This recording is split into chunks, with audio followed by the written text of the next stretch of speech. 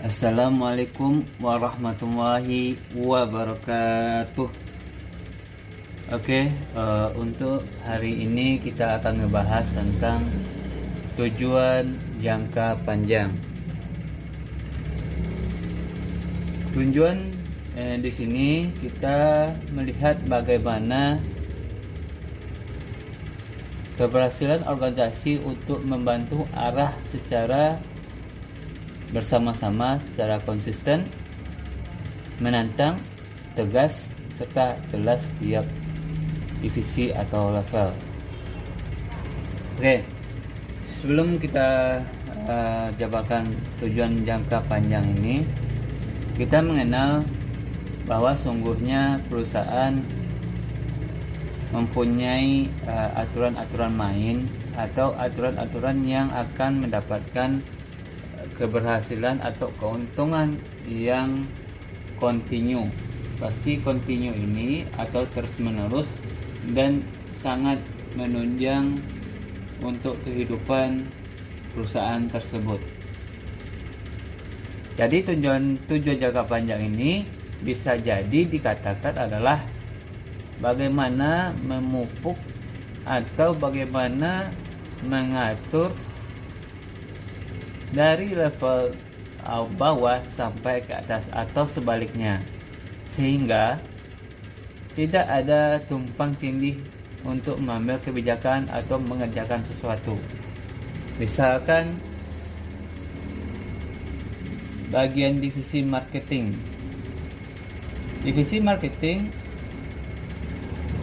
kadang kalanya dijadikan divisi PR atau public relation atau dikatakan humasnya perusahaan. Jadi di sini nih di antara marketing dengan PR atau humas, satu sisi mempunyai lahan kerja yang sama tapi fungsinya beda. Jadi di sana juga tujuan jangka panjang ini harus didetailkan bagaimana orang mengenal dan bagaimana orang di dalam perusahaan ini fokus hanya bagian-bagiannya yang harus diketahui dikerjakan. Jadi antara tujuan jangka panjang dengan aturan-aturan main yang berlaku di perusahaan harus bersama-sama dan konsisten. Jadi saya bilang tadi, saya contohkan antara marketing dengan humas atau PR tadi, kalau dikategorikan bersama pasti mempunyai kemiripan dalam tugas tapi fungsinya berbeda. Jadi tujuan jangka sama ini harus kita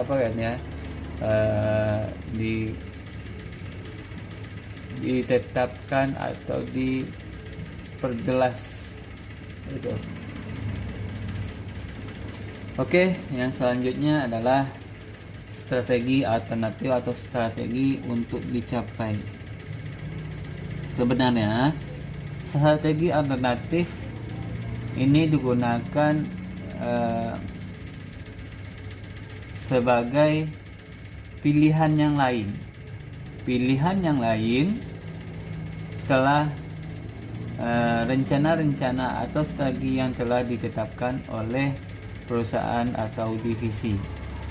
Misalnya nih, kita mempunyai plan A atau rencana A.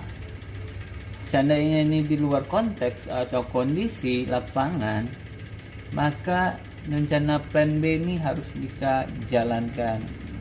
Jadi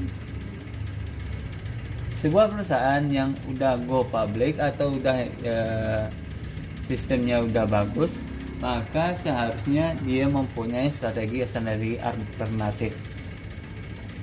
Sedangkan strategi khusus untuk dicapai, ini yang dikatakan sebagai lahan atau kemampuan seorang divisi atau bagian-bagian yang tertentu atau keahlian khusus. Ini yang lebih tepat keahlian khusus dikatakan di sini adalah dia mempunyai multitasking atau multi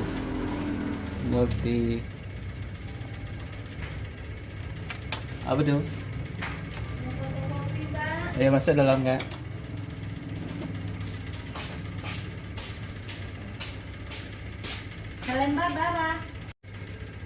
Oke, kita lanjut lagi. Jadi kemampuan khusus tadi itu harus dipakaikan oleh SDM yang mumpuni atau profesional. Maka dikatakan kemampuan nasional ini adalah kemampuan yang kuat secara keseluruhan serta sumber daya yang ada dikelola oleh manajemen puncak. Kita contohkan bahwa sungguhnya setiap divisi atau level akan mempunyai tim atau personality yang cukup profesional dan dikatakan memahami seluk-beluk bagian tersebut dan dikelola oleh leadership atau manajemen puncak. Manajemen puncak dikatakan adalah bagian kepala divisi atau bagian-bagian yang memiliki otoritas yang sulit diintervensi, atau dikatakan ini adalah manajemen puncak dikatakan juga sebagai orang yang level tertinggi. Sampai di sini ada yang tanyakan? Selanjutnya kita ngebahas tentang implementasi strategi. Kita harus mengenal implementasi strategi. Ini implementasi adalah mengerjakan, strategi adalah rencana. Jadi merencanakan untuk melakukan. Jadi ada beberapa item. Yang pertama adalah perumusan tujuan. Perumusan tujuan di sini dikatakan adalah bagaimana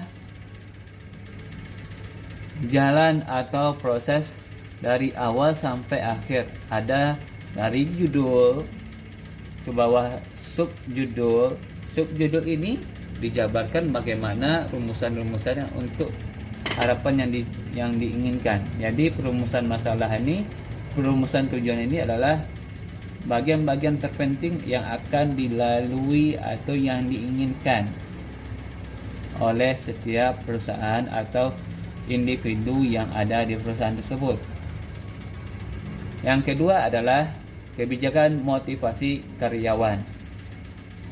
Kebijakan motivasi di sini adalah adanya perhatian, terus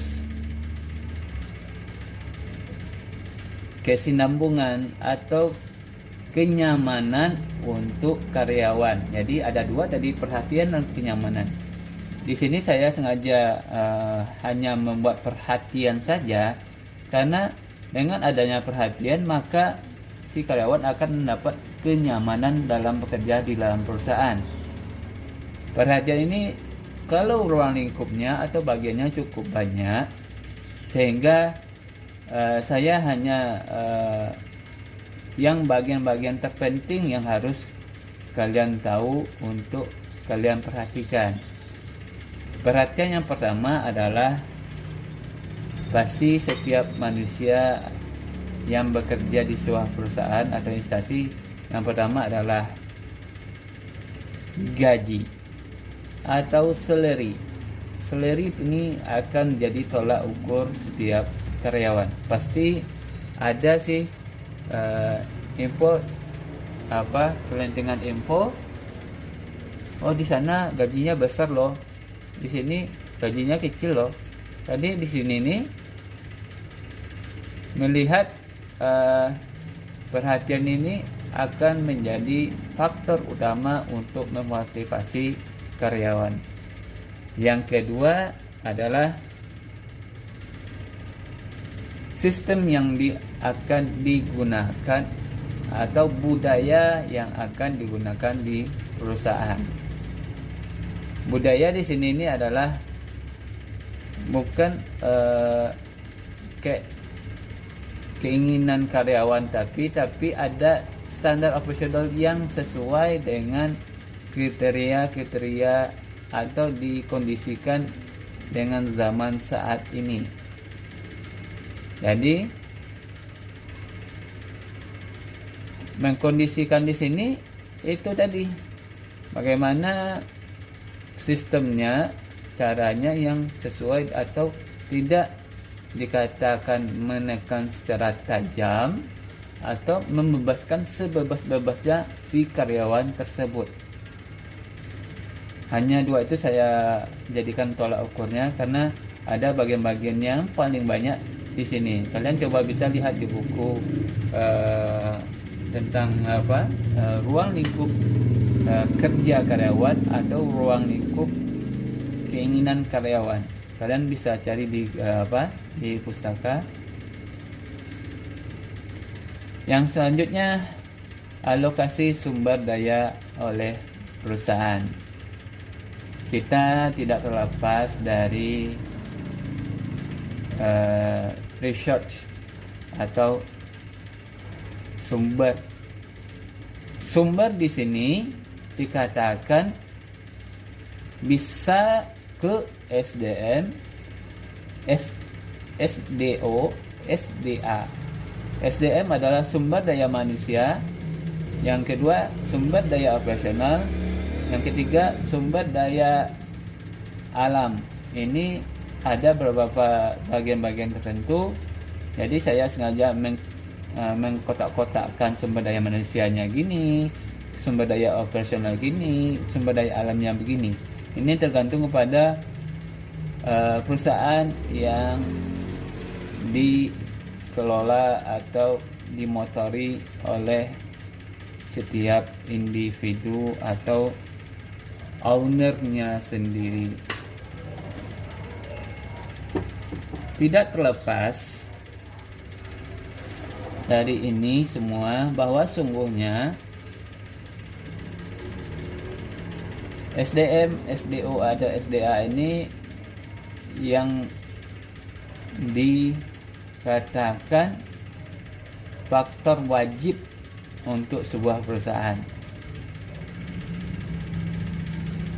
Selanjutnya, implementasi strategi ini adalah strategi yang diformulasikan. Jadi dikatakan di sini adalah menjalankan rancangan yang telah ditetapkan oleh manajemen. Jadi yang dikatakan diformulasikan di sini adalah yang telah diramu atau ditetapkan oleh perusahaan atau instansi. Jadi diformulakan ini udah diapakan?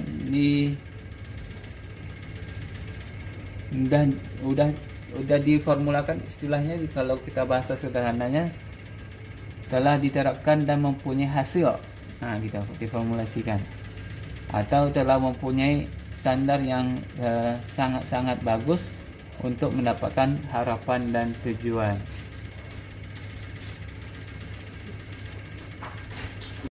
Oke, ini adalah jabarannya lagi pada evaluasi strategi yang kemarin.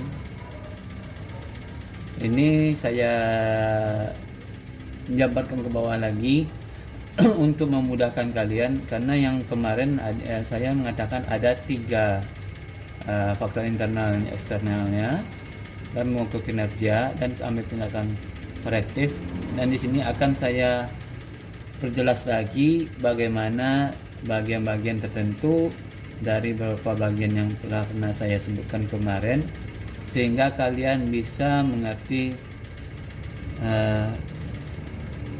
tempatan atau bagian-bagian yang harus dikelola dengan baik. Jadi kalau evaluasi strategi ini tadi saya katakan faktor internal dan eksternal itu, kalau budaya dan perilaku kerja ini adalah faktor internal, operasional juga, produksi juga, pemasaran. Jadi isu-isu perkembangan di luar ini yang eksternal, dan perkembangan perekonomian di luar. Jadi kita kelompokkan secara sederhana saja, Budaya dan perilaku kerja, pasti ini sistem yang berlaku di perusahaan tersebut. Operasional, ini adalah perjalanan atau proses yang dilakukan oleh perusahaan, atau dikatakan juga berjalannya sebuah perusahaan. Sedangkan produksi ini adalah hasil yang didapat setelah dijalankan. Sedangkan pemasaran ini dikatakan adalah income atau pemasukan yang akan diterima oleh perusahaan. Sedangkan isu ini adalah bagian-bagian atau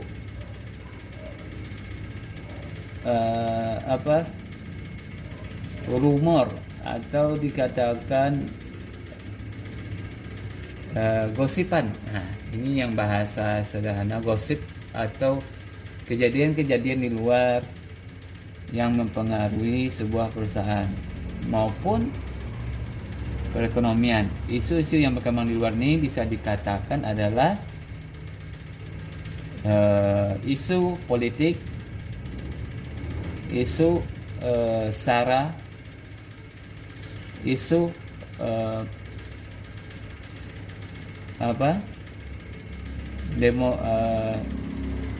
demo itu yang jadi yang sangat-sangat berpengaruh sekali untuk perusahaan.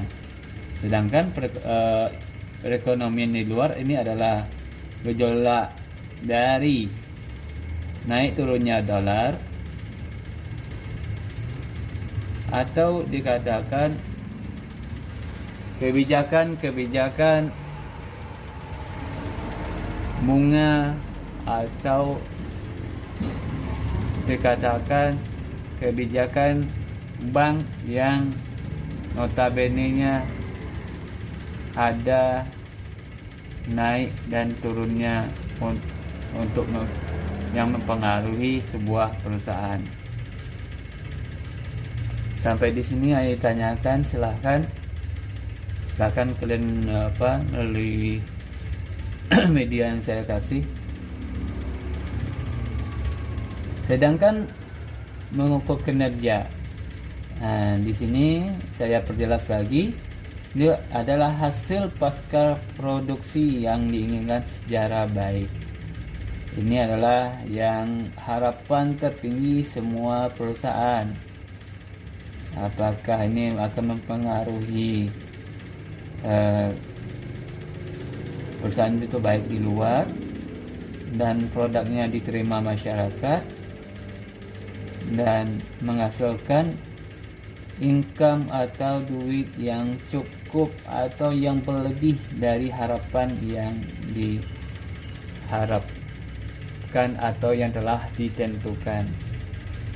Sedangkan ambil tindakan korektif adalah adanya perbaikan untuk level mencapai tujuan. Sini pastikan semua tindakan-tindakan atau perubahan-perubahan akan terjadi setiap saat. Ini dipengaruhi oleh lingkungan kerja, terus SDM-nya, terus IT-nya, terus terkecuali adalah kepemimpinan. Ini adalah semua evaluasi strategi yang harus dipahami seorang manajemen strategi atau manajer strategi. Jadi kita boleh berimajinasi, mempunyai harapan tertinggi, tapi kita harus mengukur atau mengetahui seluk-beluk bagian dari hal-hal yang terkecil dalam manajemen atau manajer strategi. Oke, untuk hari ini sampai di sini saja. Jika ada pertanyaan, silahkan kalian melalui media yang telah saya share. Jika ada kekurangan supaya kalian bisa memberitahu saya untuk perbaikan kedepannya.